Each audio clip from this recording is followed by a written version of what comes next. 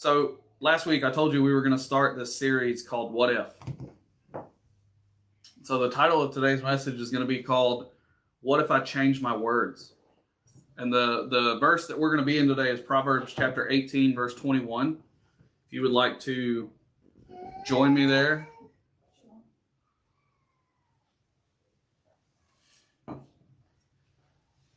Again, we're going to be in Proverbs chapter 18, verse 21.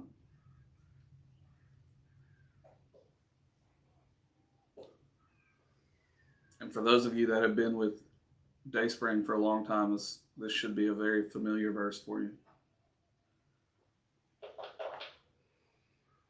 So Proverbs chapter 18, verse 21 says this. It says, "The tongue has the power of life and death, and those who love it will eat its fruits."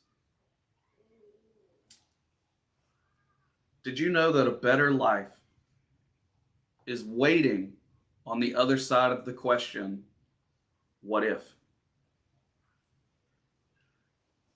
So, like I said, we find ourselves in week 2 of this series, What If? And we're asking questions like, what if I took Jesus seriously?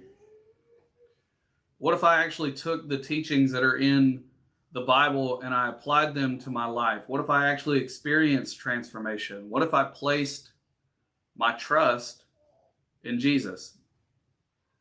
We kicked off the series last week and we talked about what if I trust?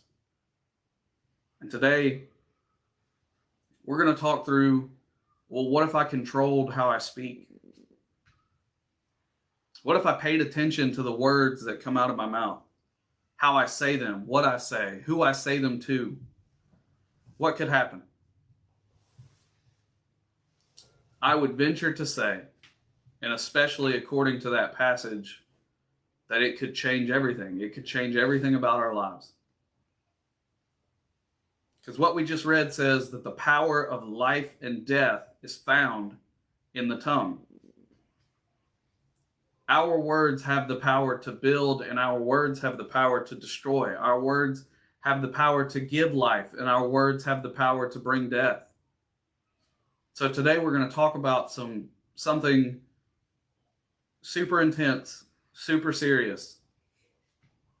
Our communication and how we speak to each other. Right? And it's very interesting because anyone who works with me or hangs out with me or knows me is like, really? You're gonna bring that up today?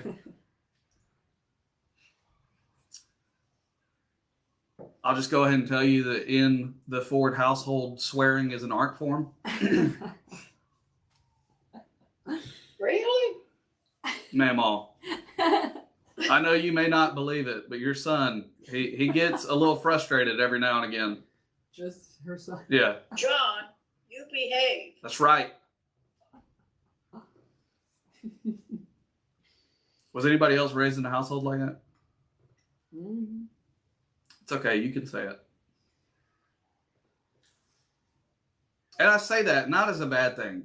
The way that my family used swear words, it really was. It was a form of art. And I'm telling you that swearing could be an endearment. Swearing could be used to communicate love. Swearing could use to be communicate anger and frustration, right? Retribution, but also reconciliation, humor, comedy, all of these things. For those of you who know me, my language could probably use some improvement. Okay? I am very open to sharing my opinions regularly. And the reality is, and this is being completely transparent, right? This is an uphill battle. I think it's a lot like weight. Okay? You know, we're in the new year, new me. And what is going on? All right. Computer's acting weird. Sorry. And it's actually last Friday was Quitting Friday. So congratulations to those of you who celebrated that. But it's like putting on weight, right? It's easy to put on weight. It just is. You sit around, you do nothing, you eat pizza and ice cream, you hang out, right? then losing weight. That takes a ton of work, time, and discipline. A lot of hard work to get it back. It's easy to go there. It's hard to come back. And I feel like our mouths are the exact same way. I feel like it's the same kind of situation. It's easy to cut loose with your language. It's easy to cut loose with the way you talk or who you talk to or what you are talking about. I'm not just talking about swearing. I'm talking about everything that comes from our mouths. It's so easy to go there. Mhm. But then to come back from that is tough. It takes work. It takes discipline. Oftentimes it takes a lot of time. So when things go sideways and I get frustrated, and when that kind of stuff happens, I can admit that I fly into arguments. I can be a real jerk. I can say things that hurt people. Quit nodding your head at me. Even now, this is a real struggle, real time, constant battle to keep my mouth clean, to keep my speech pure, because I let it go off the rails. And the thing is that when we get loose with our speech, when we get loose with our mouths, it impacts our attitudes and our perspectives. When this happens, the enemy can get a foothold into our hearts and into our relationships, and that's a problem. The passage says that the power of life and death is found in the tongue. You can build people up or you can tear people down.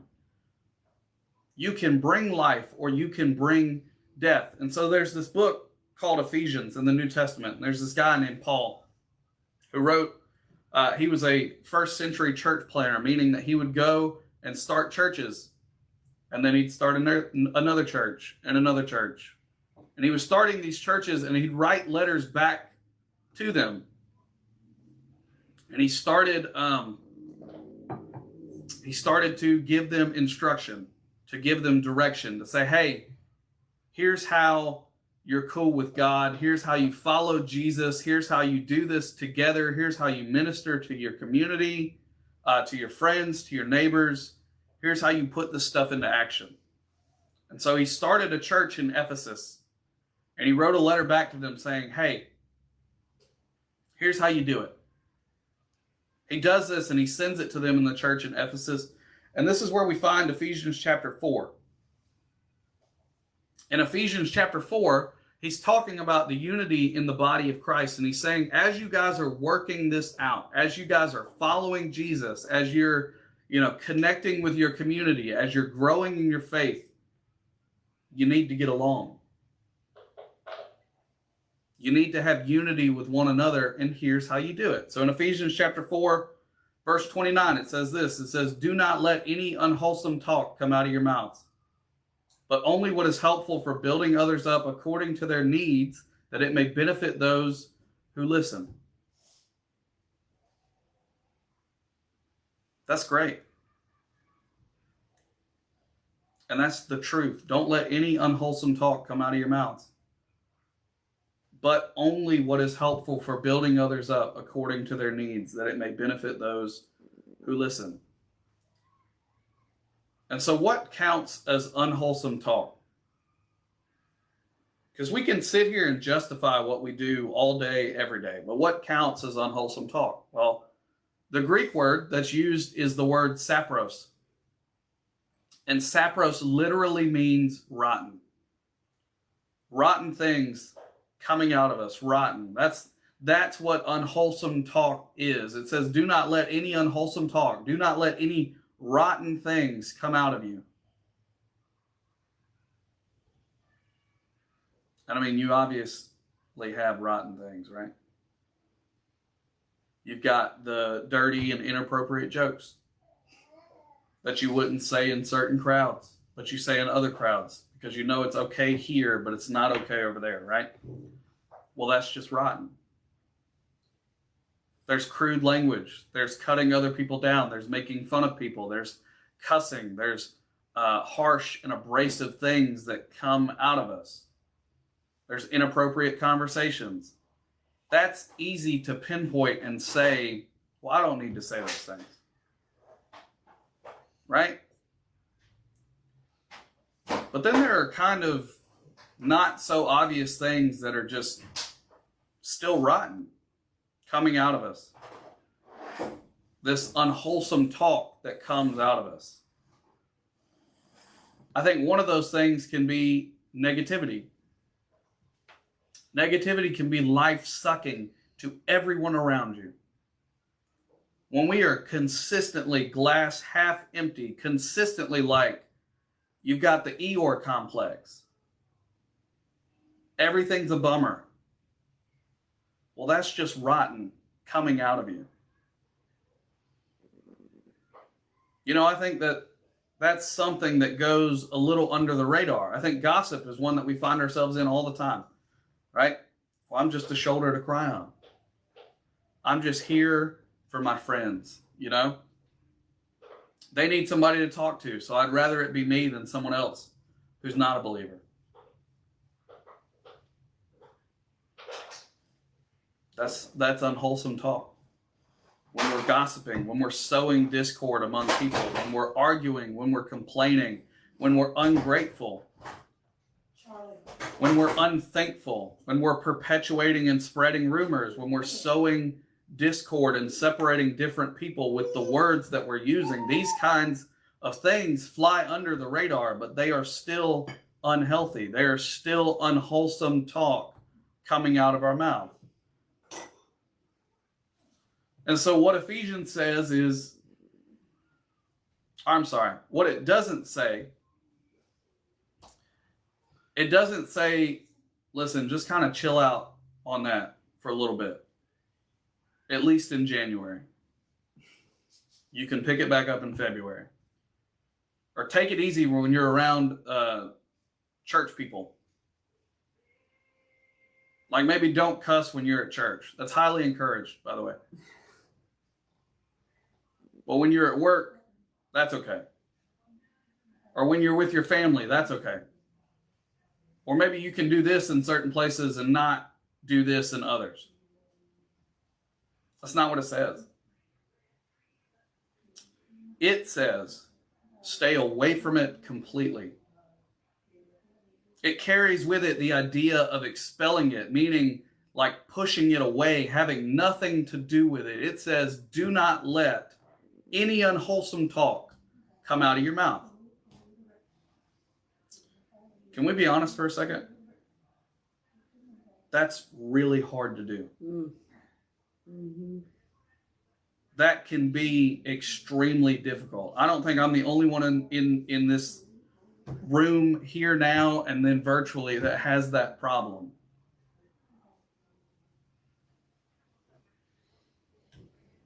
Especially when you know you get to work and you get the person that you're sitting next to at work and you're starting to talk bad about somebody in the office. You do it the first time and you're like, okay, I probably shouldn't have done that.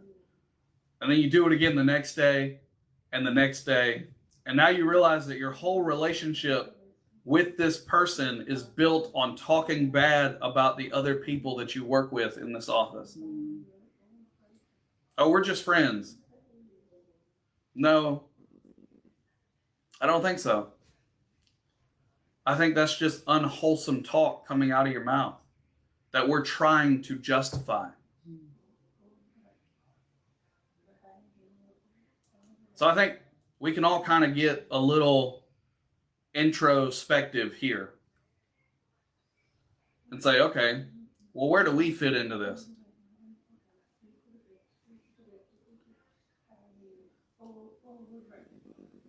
The thing about it is that it doesn't just stop there.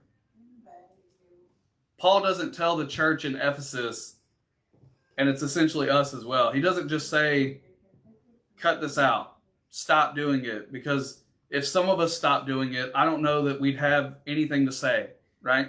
We're being completely honest. I don't know if we'd have anything to talk about with anybody else. He doesn't say just cut that out. He doesn't just say, don't let any,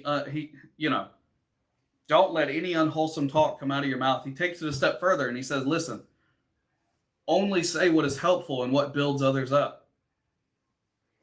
That's what we should be doing. That's the life that we should be bringing by the words that we're using. Don't let any unwholesome talk come out of your mouth. Only what is helpful and that builds others up.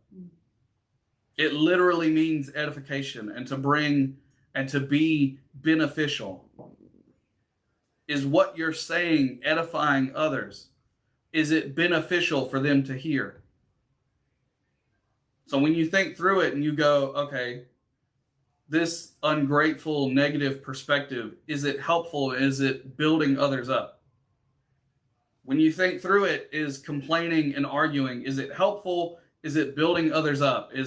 Or name calling or cutting down, making fun of others, right? Is that helpful? Is it building others up? How about gossiping or talking bad about people behind their back and sharing news that isn't yours to share? Is that helpful? Is it building others up?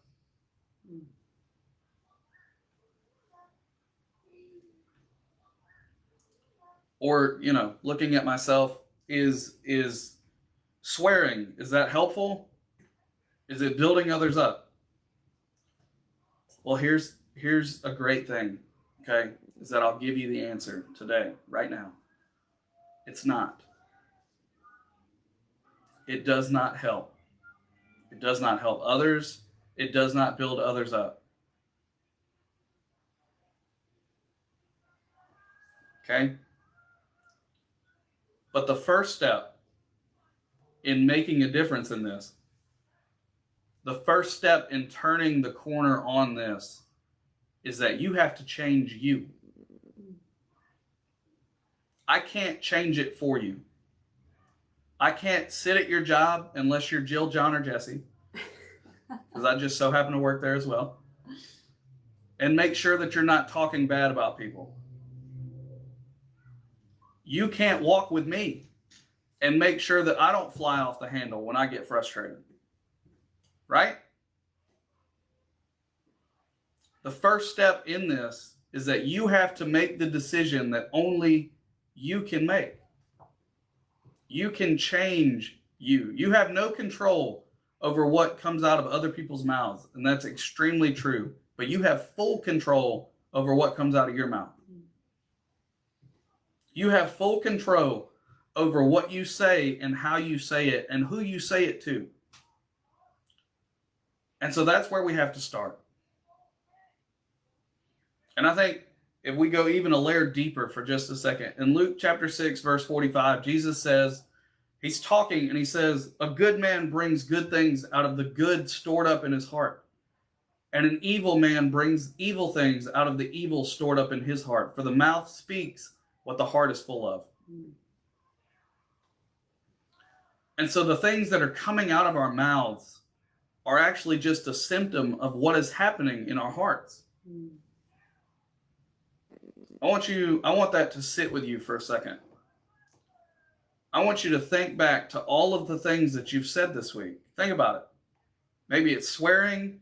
Maybe it wasn't. Maybe it was gossiping. Maybe it was complaining. Maybe it was ungratefulness. Maybe it's judging others. I want you to think about that. That is a symptom of something that's actually happening in our hearts. And so for you, when you think back through your week and all of the rotten stuff that's coming out of you, what's the heart issue there? What is really going on that's causing you to do this? Because Jesus says, out of the abundance of the heart, the mouth speaks. Think through that, because that's a huge deal. Proverbs 18:21 says the power of life and death is in the tongue, and we've got to get a hold of this thing. James chapter 3 talks about how where the tongue, where the mouth goes, so goes your life. It's not just talking. If you're talking negatively all the time, that negativity is going to shift into your perspective. And then your negative perspective is going to shift into your countenance, the way that you hold yourself, the way that you interact with people, the way that you respond to people, everything. And then you end up with, like I said, that Eeyore complex, right? It's okay. Everything's a bummer all the time, right? That starts with your mouth. It starts with your speech. And when it starts there, you've got to look deeper and say, well, what's really going on? What's going on in here that's causing that to happen? The call this morning is really figure out your speech. Change the way that you talk. But in reality, it's a level deeper. What's going on inside of you that's causing you to talk like that? What's going on inside of you that's causing you to engage with the world around you like that? Because what if you cut out all unwholesome talk? Think about that. What if you replaced it with things that were only beneficial? What if you replaced it with things that only built others up? Imagine how different your life could potentially be. Imagine how different your relationships would be. Think about it. Think about your closest relationship. What if you stopped the unwholesome talk? The reality is that some of us would probably stop those relationships altogether.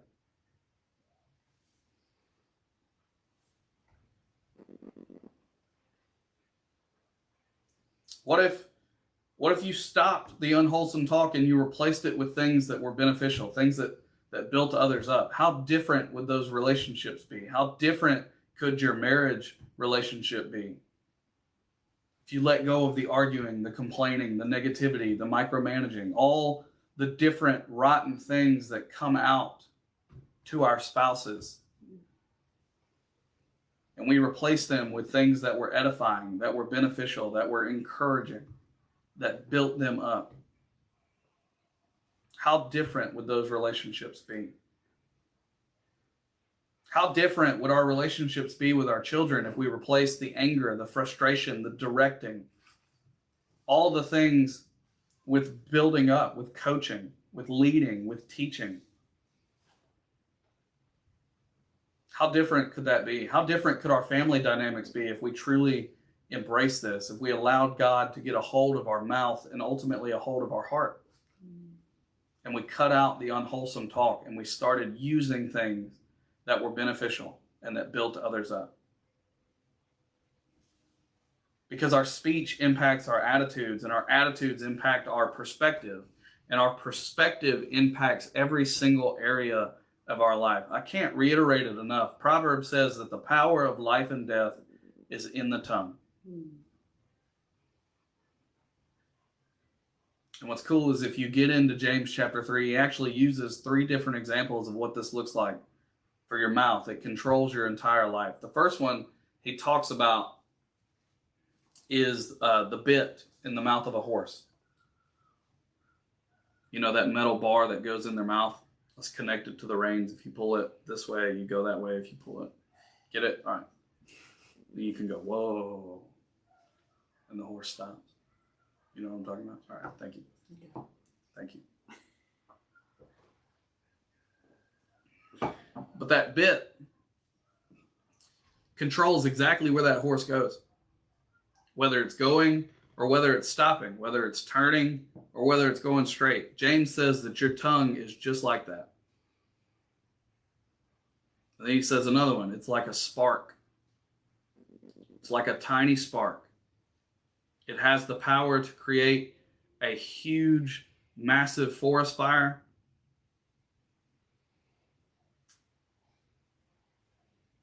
This little thing that you don't give much thought to can bring so much destruction and devastation. And then James says it's like the rudder on a ship. You've got this big, massive ship, and you've got this little fin in the back that determines what direction you're going. And he says that's the power of your speech. That's the power of your tongue. So it's important for us to get this, because how our mouth goes, so goes our life.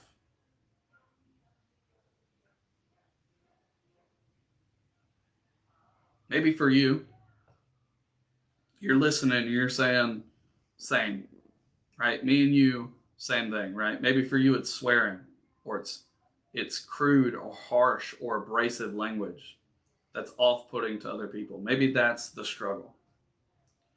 Maybe you need to spend time with Jesus this morning.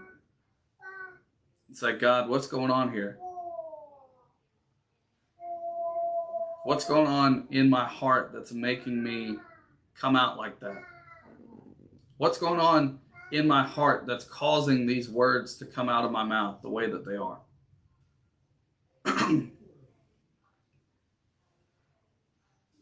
Maybe you don't have a problem with swearing.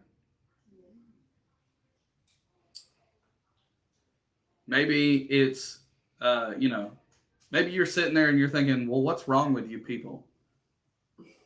Why don't you just get right with Jesus? Well, that is judgment. So just chill out for a minute. Maybe the swearing thing isn't you. Maybe for you it's the judgmental. Maybe you're cutting others down, making fun of others.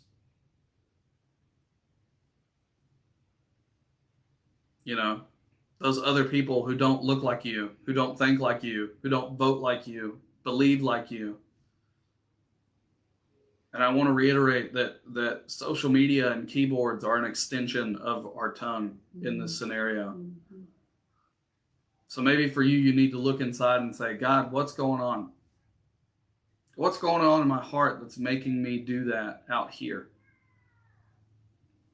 Maybe for you, it's this sense of ungratefulness. And as a result, it's just negative and complaining all the time. You're complaining about your job, complaining about your marriage, complaining about your kids, the car that you drive, the neighborhood you live in. What's going on? What's going on in your heart that's causing you to be so negative and ungrateful? Maybe it's the arguing thing. You just want to argue with everybody. I'm going to get mine. I'm right. If that's the case, what's going on? What's going on inside that's making you do that out here? Or gossip, you want all of the tea.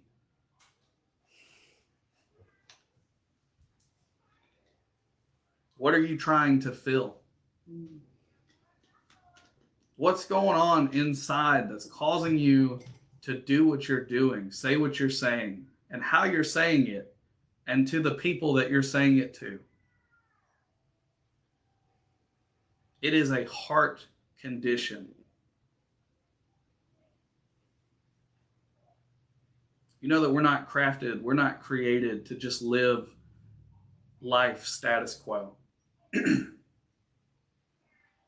Jesus said that he has come that you may have life and have it to the full, that you may have abundant life.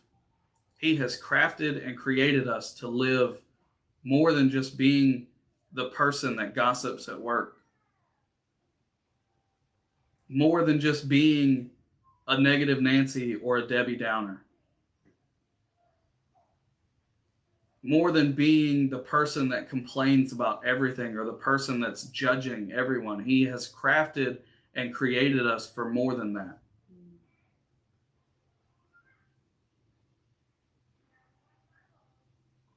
And so what I want for all of us is to look inward.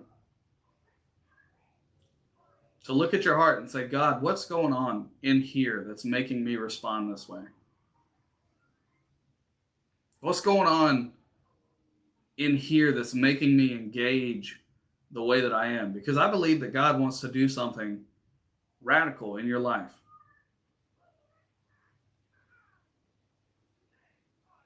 Because think about it. What if we tamed our tongue? What if the challenge for all of us is the same as in Ephesians chapter 4, verse 29, to not let any unwholesome talk come out of our mouths, but only what is helpful for building others up according to their needs, that it may benefit those who listen. That's the challenge. That's the call today. What if we actually did that? What if we actually tamed our tongue? What if we actually controlled our words? What if we had nothing to do with unwholesome talk, nothing to do with anything rotten coming out of us? What if everything that did come out of us was beneficial? Built others up and helped those around you?